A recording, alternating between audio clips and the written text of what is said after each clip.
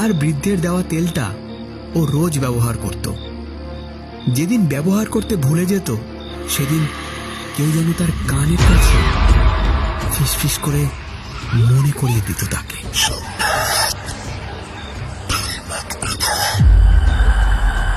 বৃদ্ধ প্রায় তাকে একটা কথা বলতো, আর কয়েকটা দিন অপেক্ষা করো, তারপর আমি তোমাকে আমার মায়ের সঙ্গে দেখা করিয়ে দেব।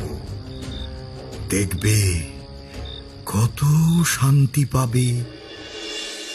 ভেতরে ভেতরে সোমনাথের পরিবর্তন হচ্ছিল। গায়ে এবং হাতের লোমের আধিক্য দেখা দিতে লাগলো।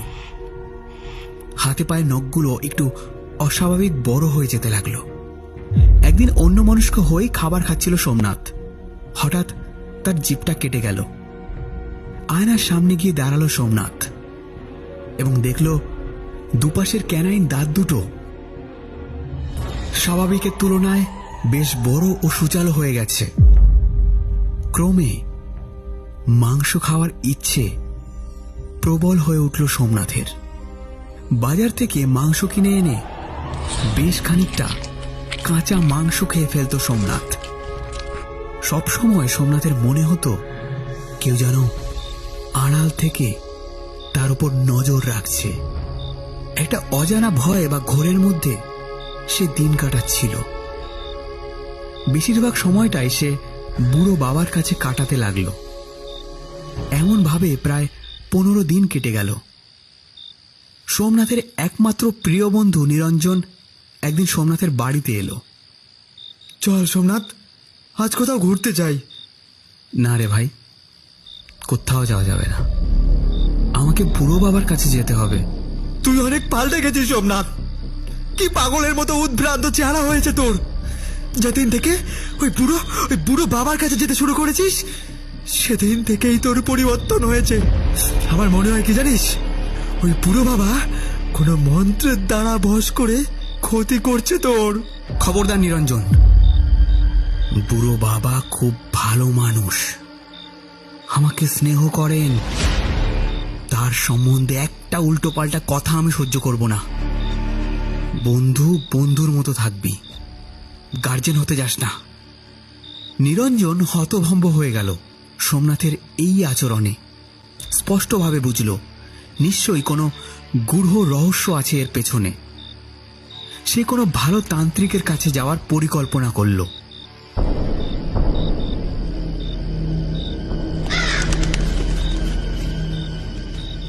কাকটা উড়ে এসে বুড়ো বাবার ঘরে ঢুকলো এবং উড়ে গিয়ে বসল একটি কুৎসিত অবয়বের কাঁধে।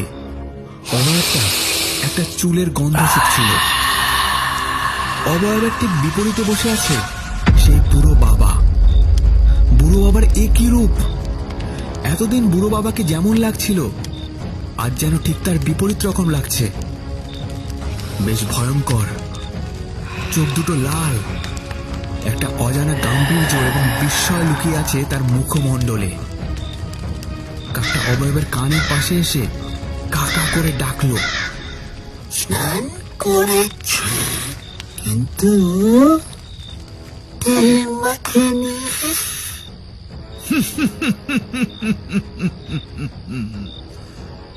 সোমনাথ, তুই যা করবি সবই আমি জানতে পারবো আমার পাঠানো চরের মাধ্যমে। আর তোর এই চুল, আগামীকাল একবার এখানে এসো, আমার খুব ভালো লাগবে। আমার তোর সব কার্যকলাপ জানতে সাহায্য করবে। যা, সোমনাথকে মনে করিয়ে দে। বুড়ো বাবা ইশারা করতেই কাকটা আবার উড়ে গেল সোমনাথকে মনে করিয়ে দিতে। সোমনাথ যখনই বুড়ো বাবার দেওয়া তেলটি মাখতে ভুলে যেত, কোন একটি অদৃশ্য ছায়া বা চর তাকে সবকিছু মনে করিয়ে দিত।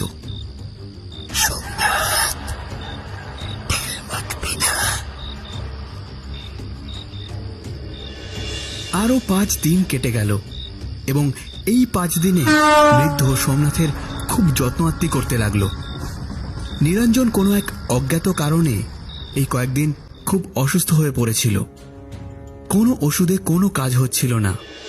আজ কোনো রকমে সে এসেছে ভৈরব তান্ত্রিকের কাছে। ভৈরব তান্ত্রিক চোখ বুজে ধ্যান করছিলেন। নিরঞ্জন তার কাছে আসতেই ভৈরব তান্ত্রিক চোখ খুলে নিজের কমণ্ডল থেকে খানিকটা জল ছিটিয়ে দিল নিরঞ্জনের ওপর। নিমেষেই নিরঞ্জন নিজেকে হালকা অনুভব করল। অসুস্থতার কোনো চিহ্নই রইল না তার শরীরে। কিরে, এবার সুস্থ লাগছে তো? হ্যাঁ বাবা, এখন সুস্থ মনে হচ্ছে। এবার বল, কেন আমার কাছে এসেছিস? আমার বন্ধু সোমনাথকে বাঁচার সাথে বাবা। ও এক বুড়ো বাবার কবলে পড়ে সম্পূর্ণ পাল্টে গেছে। আমার সঙ্গেও খারাপ ব্যবহার শুরু করেছে। এরূপটা ও কোনোদিনও করে না। পুরো ঘটনাটা আমাকে খুলে বল, তবেই কিছু সুরাহা করতে পারবো। আমার মনে হয় কি জানিস, ওই বুড়ো বাবা ক্ষতি করছে তোর। খবরদার নিরঞ্জন, তার সম্বন্ধে একটা উল্টো পাল্টা কথা আমি সহ্য করব না। বন্ধু বন্ধুর মতো থাকবি, গার্জেন হতে যাস না। ভৈরব তান্ত্রিক সমস্ত ঘটনা শুনে একটি প্রাচীন পুঁথি বের করলেন। এবার বুঝেছি, এইসব ক্রিয়া পিশাচ সাধনার অংশ। কোন সাধক যদি সাতকুলে কেউ নেই এমন মানুষকে তার উপাস্য অপদেবীর কাছে বলি প্রদান করে, তবে সাধক সেই মানুষটির সমস্ত আয়ু লাভ করবে এবং অত্যন্ত শক্তিশালী তান্ত্রিকে পরিণত হবে। বলি প্রদানের আগে জাতককে 21 দিন পশুর রক্ত খাওয়াতে হবে এবং স্নানের পর বিশেষভাবে তৈরি মাছের গন্ধযুক্ত তেল চুলে মাখতে হবে, তবেই সে বলির উপযুক্ত হবে। আর বলি দিতে হবে কৌশিকী অমাবস্যার রাতে, তবেই সাধক সাধনায় সিদ্ধি লাভ করবে।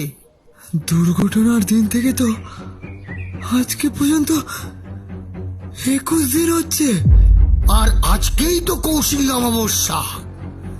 তার মানে আজকেই ওকে বলি দেবে কোন অপদেবীর কাছে। তাহলে কি হবে সাধু বাবা? সোমনাথকে কি বাঁচানো যাবে না? মা কালীর আশীর্বাদ থাকলে নিশ্চয়ই কোনো না কোনো উপায় বের হবে। তুই একটা কাজ কর, এই মন্ত্রপুত হর্ষ নিয়ে যা। চেষ্টা করবি তোর বন্ধুকে বাড়িতে আটকে রাখার। আর যদি খুঁজে না পাস, তবে তাকে মনে করে ভস্য উড়িয়ে দেখবি, দিক নির্দেশ পেয়ে যাবি। এই মন্ত্রপুত ভস্যের সামনে প্রেতাত্মারাও জব্দ হবে। আপনি আমার সঙ্গে যাবেন তো সাধু বাবা? যা বলছি সেটাই কর তাড়াতাড়ি। সব কাজ সব সময় করা যায় না পাগল। বেশ খানিকটা মনক্ষুণ্ণ হয়েই নিরঞ্জন সোমনাথের বাড়ির দিকে রওনা দিল। সোমনাথ চলেছে বৃদ্ধের কাছে। আজ মায়ের সঙ্গে দেখা করাবেন বলেছেন। এইসব ভাবতে ভাবতেই মোটর বাইক চালাচ্ছিল সোমনাথ। হঠাৎ মোটর বাইকের সামনে একটা বৃদ্ধ মহিলা এসে পড়ল। জোরে ব্রেক কষায় সোমনাথ টাল সামলাতে পারল না, উল্টে পড়ল মোটর বাইক সমেত। পায়ের খানিকটা অংশ কেটে যায় এবং রক্ত পড়তে থাকে। ভীষণ রকম বিরক্ত হলো সোমনাথ। খুব লেগেছে না বাবা? আসলে বুড়ি মানুষ তো, ঠিক বুঝতে পারিনি। তোমার পায়ের কাছটা একটু কেটে গিয়ে রক্ত পড়ছে দেখছি। কিছু একটা বেঁধে দি? আমি নিজেই বেঁধে নেব, আপনি যান। অনেক সময় কয়েক ফোঁটা রক্তই তো জীবন বাঁচিয়ে দেয়, তাই না বাবা? বললাম তো দরকার নেই। সোমনাথ মাটি থেকে ধুলো ছেড়ে উঠে দেখল বৃদ্ধ মহিলা সেখানে নেই এবং এই কয়েক মুহূর্তের মধ্যেই মিলিয়ে গেছে। বিস্মিত হলেও সোমনাথ আবার মোটরবাইক স্টার্ট করে এগিয়ে চলল। বৃদ্ধের কাছে সোমনাথ যখন এসে পৌঁছল তখন বৃদ্ধ রক্তাম্বর পরিহিত হয়ে তৈরি ছিল।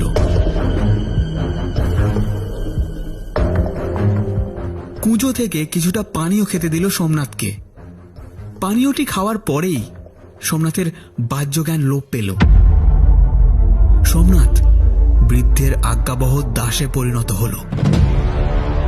বৃদ্ধ সোমনাথকে একটি প্রাচীন গুহায় নিয়ে এলো। তান্ত্রিকের বেশে শুরু করল অপদেবীর আরাধনা। এদিকে নিরঞ্জন সোমনাথের বাড়িতে গিয়ে দেখল সোমনাথ বাড়িতে নেই।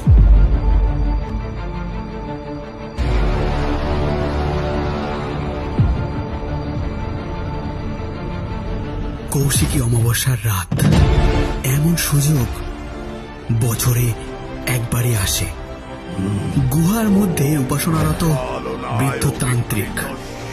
বৃদ্ধতান্ত্রিকের নাম ব্রজমোহন তান্ত্রিক। চিরযৌবন ধরে রাখার জন্য তার এই সাধনা। যাকে বলি দেওয়া হবে তার আয়ু প্রাপ্ত হবে এই সাধকের। বছরে একবার করে অ্যাক্সিডেন্ট করে এবং নতুন জাতককে বলির জন্য প্রস্তুত করে বলি দেয়। সমগ্র গুহা একটা উগ্র গন্ধে ভরে আছে। সোমনাথ কাঠের পুতুলের মতো স্থির হয়ে বসে আছে। নিরঞ্জন ধীরে ধীরে গুহার মধ্যে প্রবেশ করল। সোমনাথ, তাড়াতাড়ি পালিয়ে চল এখান থেকে। এই বৃদ্ধ কোনো সাধারণ বৃদ্ধ নয়, এ হলো তান্ত্রিক। তোর বলি দিয়ে ওর সাধনায় সিদ্ধ লাভ করবে। তাড়াতাড়ি চল ভাই, তাড়াতাড়ি চল। কিন্তু সোমনাথ কোনো কথা না বলে নিরঞ্জনের গলা চেপে ধরল। হঠাৎ সোমনাথের চোখ থেকে এক ফোঁটা জল বেরিয়ে এলো। ওর মনে পড়ল নিরঞ্জন তো ওর একমাত্র প্রিয় বন্ধু। সোমনাথ নিজের হাতে নিজের বন্ধুকে কিভাবে মারতে পারে? আবার পরক্ষণে সোমনাথের মধ্যে ঠিক তার বিপরীত প্রতিক্রিয়া। শক্ত হাতে গলা চেপে ধরায় নিরঞ্জন জ্ঞান হারায়। ব্রজমোহন তান্ত্রিক এবার এক হাতে খাড়া নিয়ে সোমনাথের দিকে এগিয়ে এলো। হায় হায়, এবার সময় হয়েছে আমার মায়ের চরণে বলির রক্ত দেওয়ার। আজ কেউ তোকে বাঁচাতে পারবে না আমার হাত থেকে। ব্রজমোহন তান্ত্রিক সোমনাথের গলা হাড়ি কাঠে গলিয়ে দেয়। খাড়াটা উপরের দিকে তুলে কোপ বসাতে যাবে, ঠিক এমন সময় হঠাৎ তার নজর পড়ে সোমনাথের পায়ের ক্ষতর উপর। চমকে ওঠে ব্রজমোহন তান্ত্রিক। যাকে বলি দেওয়া হবে তার তো রক্তপাত হওয়া চলবে না, তাহলে অভিষ্ট পূর্ণ হয় না। তাহলে কি তার এতদিনের সাধনা ব্যর্থ হবে? সর্বনাশ হয়ে গেল। তোকে না বলেছিলাম আজ কোনোভাবেই রক্তপাত ঘটানো চলবে না। ঠিক এমন সময় ভৈরবতান্ত্রিক গুহায় প্রবেশ করল। ছেড়ে দে শয়তান, সোমনাথকে ছেড়ে দে। তোর এই অন্তঃশ্বাস শূন্য সাধনা কোনোদিন সফল হবে না। ব্রজমোহন তান্ত্রিক ক্ষণিকের জন্য থমকে যায়। তারপর যেন একটু খুশি হয়। সোমনাথের রক্তপাত হয়েছে দেখে ভাবছিলাম আমার সাধনা বোধহয় অসম্পূর্ণ থাকবে, কিন্তু না, এবার আমার সাধনা সফল হবে। তুই তো একজন সিদ্ধ পুরুষ, তাই সোমনাথের বদলে তোকেই বলি দিয়ে আমার সাধনা সফল করব আমি। ঠিক আছে, দেখা যাক। আমিও মা মঙ্গলময়ীর সাধক, অত সহজে হার মানব না। জয় মা কালী, জয় মা ভৈরবী। তবে আয় দেখি কার কত দম। শুরু হলো দুজনের মধ্যে তন্ত্রযুদ্ধ। কেউ কম যায় না, কিন্তু শেষ পর্যন্ত ভৈরবতান্ত্রিক পরাজিত হয়। ব্রজমোহন এবার সোমনাথকে সরিয়ে দিয়ে ভৈরবতান্ত্রিককে হাড়ি কাঠে গলিয়ে দিল।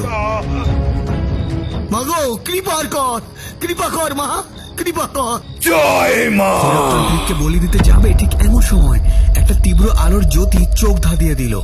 সন্তানের ডাকে মা কখনো সাড়া না দিয়ে পারে? অনেক সময় কয়েক ফোঁটা রক্তই তো জীবন বাঁচিয়ে দেয়, তাই না বাবা? যাকে বলি দেওয়া হবে তার তো রক্তপাত হওয়া চলবে না, তাহলে অভিষ্ট পূর্ণ হয় না।